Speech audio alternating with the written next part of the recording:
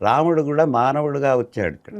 ఆయన ఎవరైనా నువ్వు దేవుడివయ్యా అంటే నేనెక్కడ దేవుడినయ్యా, నేను దేవుడిని కాదు.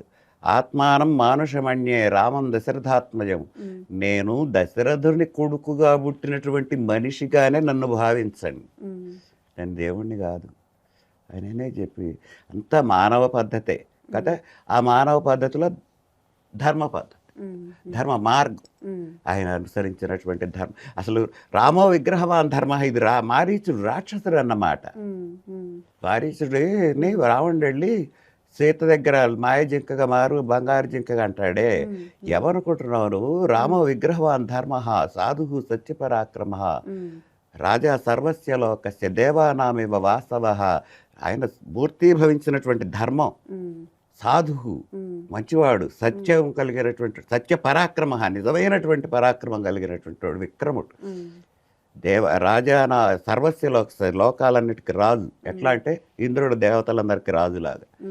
ఆయన చెప్పినా నేను చెప్పాను నువ్వు వెళ్ళు అక్కడికి, వెళ్ళకపోయినావా నా చేతిలో వస్తుంది. అప్పుడు మారీచుడి నిర్ణయం ఏంటి? ఆ సందిగ్ధ పరిస్థితుల్లో అతనికి ఎట్లాగూ చావు మూడు రావణాసురుడు. అంతకుముందు ఒకసారి యజ్ఞం చేరపడానికి వెళ్ళినప్పుడు రాముడి యొక్క దెబ్బ తిన్నవాడే. అదే అంటాడు, రాముడి దెబ్బ ఏమిటో నీకేం తెలియట్లేదా? అక్కడి నుంచి పరిగెత్తుకుంటూ వచ్చి మేము ఇక్కడ దాక్కున్నాం. ఆ యజ్ఞం అప్పటికి ఇంకా బాలరాముడు చిన్నవాడే.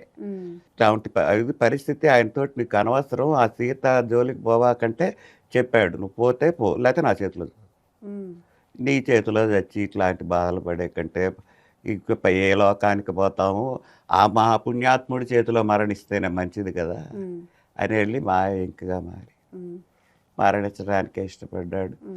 ఇతను ప్రణాళిక వేశాడుగా, ఆ లక్ష్మణ ఆ సీత నరవాలని, అటు నేర్చి పాపం మరణించాడు.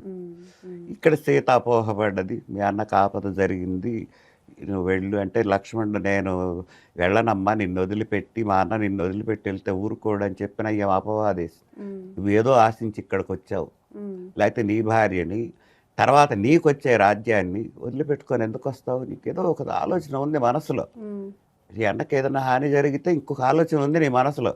ఆ అపవాదు భరించలేక వెళ్ళాడు. వెళ్ళి ఇద్దరు ఎవరు లేకుండా పోయినారు. రావణాసురుడు ఒక సన్యాసి వేషంలో వచ్చి తీసుకెళ్ళి కష్టాలు కోరి తెచ్చుకో.